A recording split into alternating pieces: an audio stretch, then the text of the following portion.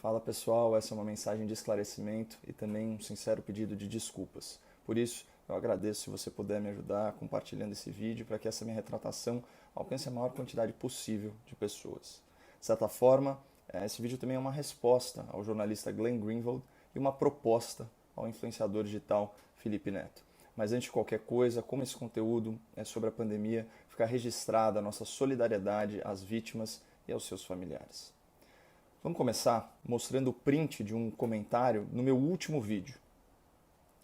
Como você pode dar credibilidade para um cara que falou que engasgamento mata mais que Covid? Isso é burrice ou má fé? Bom, qualquer postagem que eu faça nas redes sociais tem muitos comentários desse tipo. São pessoas afirmando com convicção que eu disse que engasgo mata mais que Covid. Tudo isso começou há um ano, em 30 de março, quando eu publiquei no Boletim Coppola no Instagram um vídeo intitulado Pandemia e Prudência. Vou mostrar aqui o print do descritivo para vocês. Minha percepção é que uma política radical de quarentena é uma forma pouco inteligente de lidar com essa pandemia. A recessão econômica decorrente dessa radicalização pode trazer consequências graves para a saúde da população.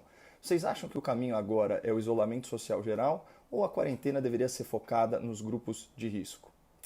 Esse já é meu primeiro ponto. Eu nunca fui contra medidas de isolamento social, mas eu sempre fui crítico a medidas radicais e genéricas que tratam de forma idêntica situações muito diferentes. Porque uma coisa é trancar os jovens em casa por meses a fio, outra coisa é proteger os idosos evitando contato social desnecessário. Uma coisa é diminuir a circulação de pessoas no centro urbano que está com o sistema de saúde colapsado. Outra é fechar as escolas e o pequeno comércio numa região sem casos da doença e com leitos hospitalares ociosos. E como eu trabalho na imprensa, considerada aí uma atividade essencial, eu sei que é perfeitamente possível trabalhar com uma segurança razoável, seguindo protocolos de higiene, de proteção individual e de distanciamento social. Tanto que o Estado brasileiro promoveu eleições em novembro de 2020, reunindo milhões de cidadãos.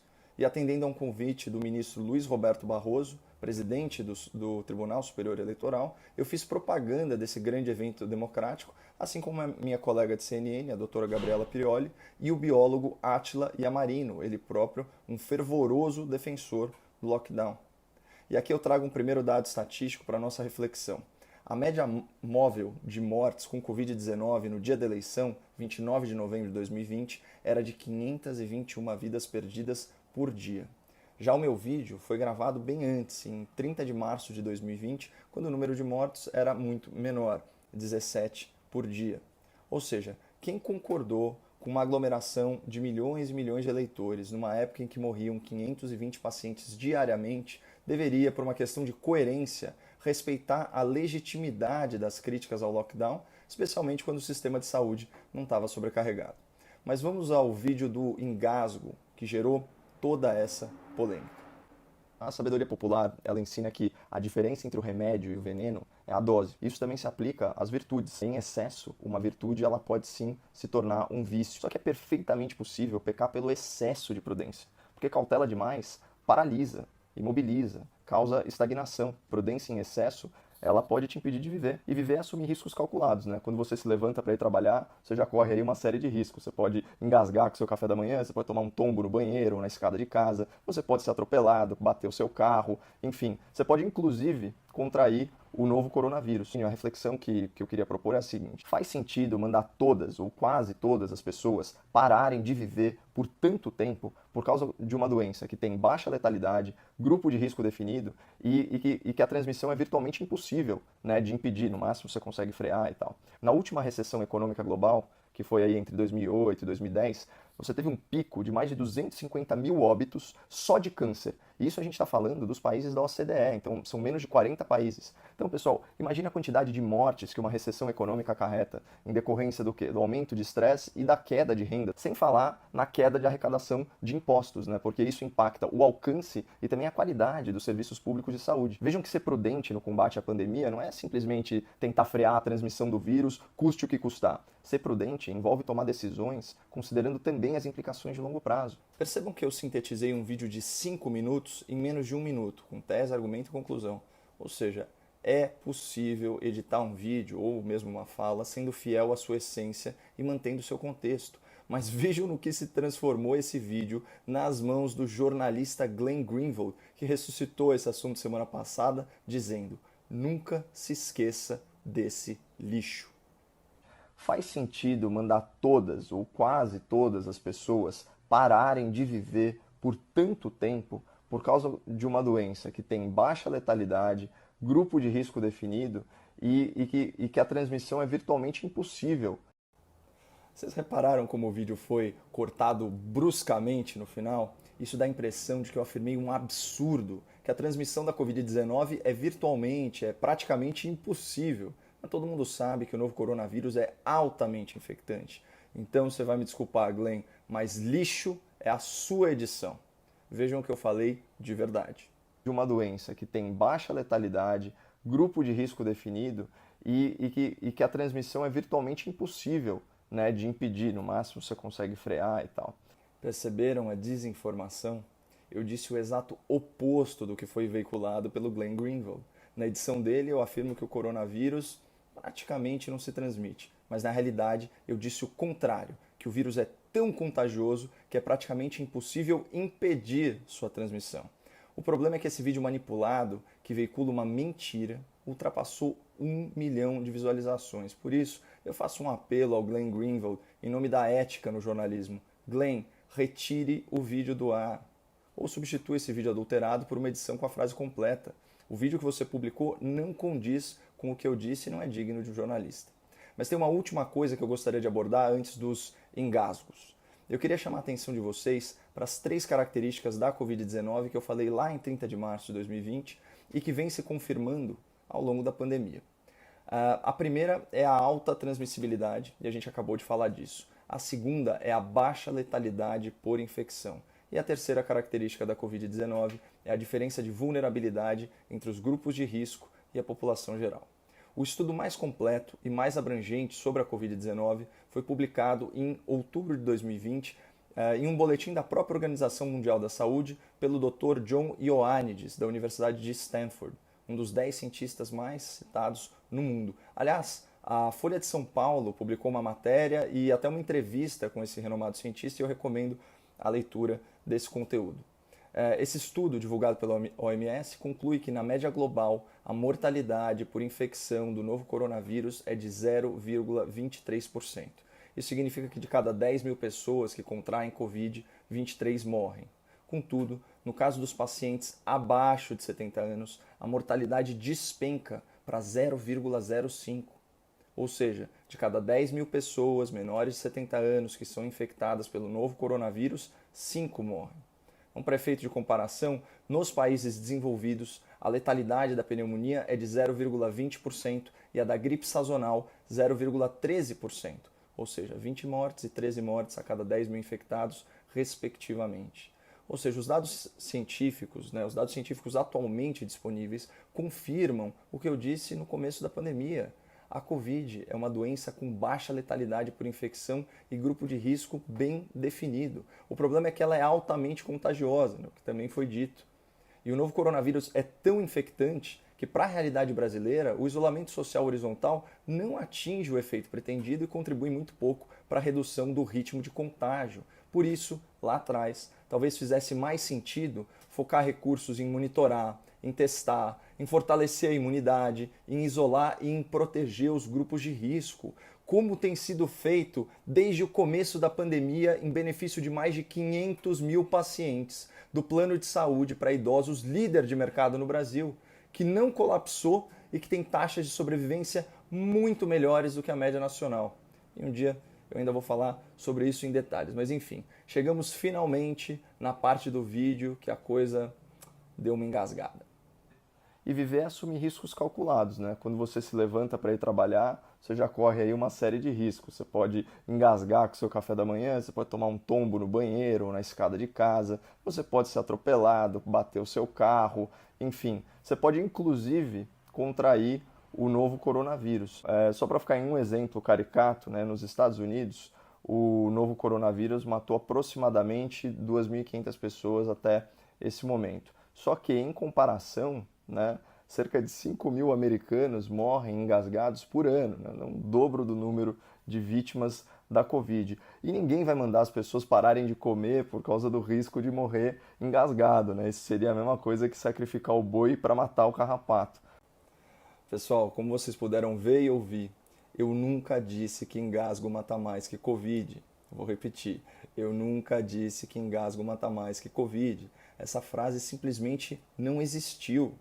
Então, se alguém te disser que eu falei um absurdo desses, essa pessoa está colocando palavras na minha boca e distorcendo completamente a minha fala, seja por desconhecimento ou seja por maldade mesmo. E aqui a gente volta para aquele print do começo do vídeo. Como você pode dar credibilidade para um cara que falou que engasgamento mata mais que Covid? Isso é burrice ou má fé? Nenhum dos dois, amigão. Isso é fake news e você caiu nela. Se você foi levado a acreditar que eu afirmei que Covid mata mais que engasgo, você foi vítima de desinformação.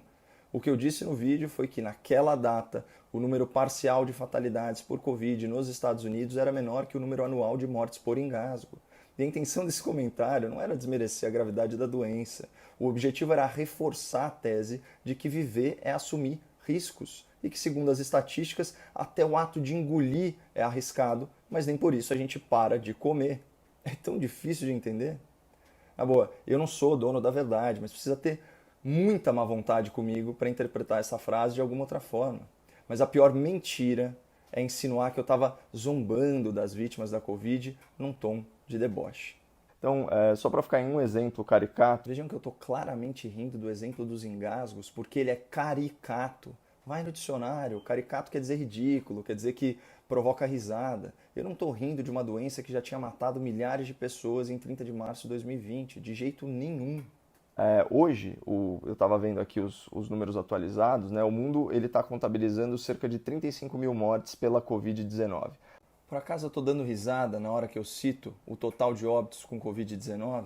Claro que não, porque eu não sou um insensível e muito menos um negacionista. Isso é fácil de provar. Vocês estão vendo essa foto aqui? Esse sou eu no hospital no dia 18 de março, 12 dias antes da publicação do vídeo. Foi quando eu tive Covid. Eu fiquei 4 ou 5 dias completamente sem fôlego e sem forças nem para levantar, mais de uma semana de cama. O meu pulmão é cheio de cicatriz por causa dessa doença e eu tenho sequela até hoje. E além do sofrimento pessoal, tem uma questão familiar aqui para mim. O meu irmão é um desses heróis anônimos da pandemia. Ele é médico residente de geriatria, trabalha em hospital público, na linha de frente do combate à doença, atendendo idosos vulneráveis. Vocês acham mesmo que eu ia debochar de uma doença que me incapacitou? Com um irmão médico que se arrisca dia e noite para salvar pacientes graves? Com pais idosos em casa correndo perigo de vida? Pelo amor de Deus, é muita covardia. A minha crítica sempre foi a decisões radicais e sem critério de trancar as pessoas em casa indiscriminadamente e paralisar a economia. Eu nunca neguei a gravidade real da Covid, nunca me opus à vacinação e nunca desencorajei distanciamento social, uso de máscaras ou protocolos de higiene. Aliás, olha como eu termino o vídeo de 30 de março de 2020. Bom, para fechar, que eu já me alonguei um pouco, eu preciso dizer o óbvio aqui, né? Independentemente de opinião, o ideal sempre é seguir à risca os protocolos estabelecidos pelas autoridades. Isso lá é discurso de um negacionista da pandemia? É muita má fé e é muita desonestidade intelectual me colocar na mesma laia de quem nega a ciência. Até porque todos os meus comentários sobre a Covid-19 sempre foram fundamentados em estatísticas, em dados oficiais e em estudos científicos, aliás, exatamente como eu fiz nesse vídeo. Mas voltando à questão do engasgo, tudo isso começou com um tweet do influenciador Felipe Neto em 31 de março de 2020. 5 mil pessoas morrem engasgadas por ano nos Estados Unidos. Vamos falar para o povo parar de comer? Esse foi o argumento de Caio Coppola para defender o fim do isolamento e ficar alinhado com o Bolsonaro. Bom, como a gente já viu, eu não defendi o fim das medidas de isolamento em 2020, só a sua aplicação mais inteligente, mais focalizada.